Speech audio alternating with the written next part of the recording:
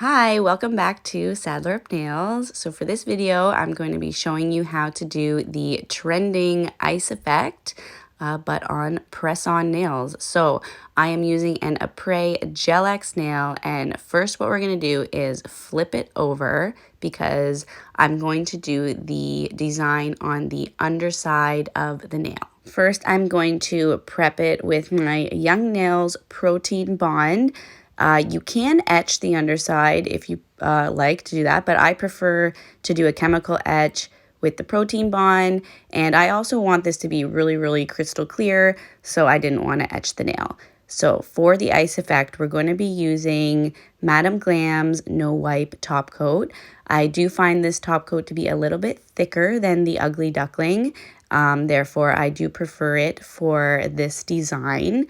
Now, once we lay down this top coat, we're going to use some saran wrap, cling wrap, whatever you call it, to make the effect. So what you're going to do is place that down onto the wet gel, and then I'm going to be using my cuticle pushing tool to just push down on the saran wrap to kind of gather it and make it wrinkled, and that's what gives you the ice effect. So once you've done that and you have the desired look that you're going for, you're going to cure the nail with the saran wrap on. And then it's going to cure with the wrinkles in it. And then once you peel it off, that's what gives you the ice effect. So here I am peeling off the saran wrap, and it does peel off pretty easily, especially because I used a no wipe. It might stick to a dispersion layer, I'm not sure. And there you have your ice effect. It is so easy and it looks so cool. So now I'm going to prep the top side of the nail to finish off my icy snow design. I'm running out of the Protein Bond, so bear with me here. So when you put it on, I just like to put it on till it starts to feel sticky on the brush, and then I know it's done its thing to prep the nail. And now I'm coming in with Bio Seaweed Gel's frosting, which is this gorgeous grayish white. I love this color. So I'm just putting that on the nail just to the edge of where the ice effect starts. And so I'm just polishing backwards because I find that's easier to get a crisper line along the edge. And I did do 3 coats of frosting. I just did not show me applying all the coats. And now I'm going to top coat the entire nail with the Madam Glam No Wipe top coat. And you can see how thick this top coat is here. It is a beautiful top coat. I absolutely love the finish of it. It cures perfectly every single time. So I definitely recommend the Madam Glam's No Wipe.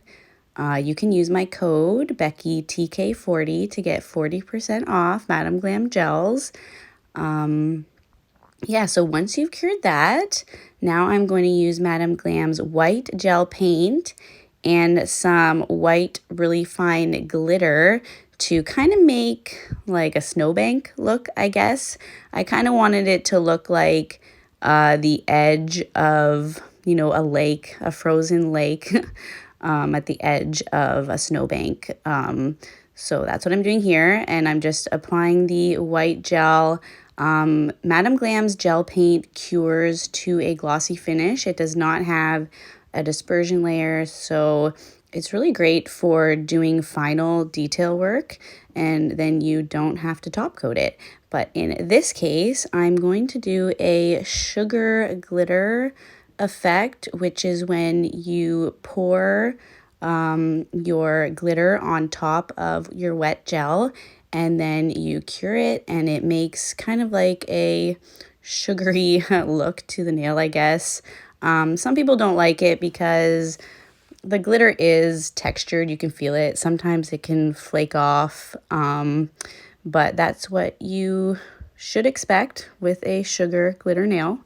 So yeah, I just poured the loose glitter on top of the gel. Then I cured it. This is after I've cured it. I'm now just brushing off the excess glitter with a fan brush.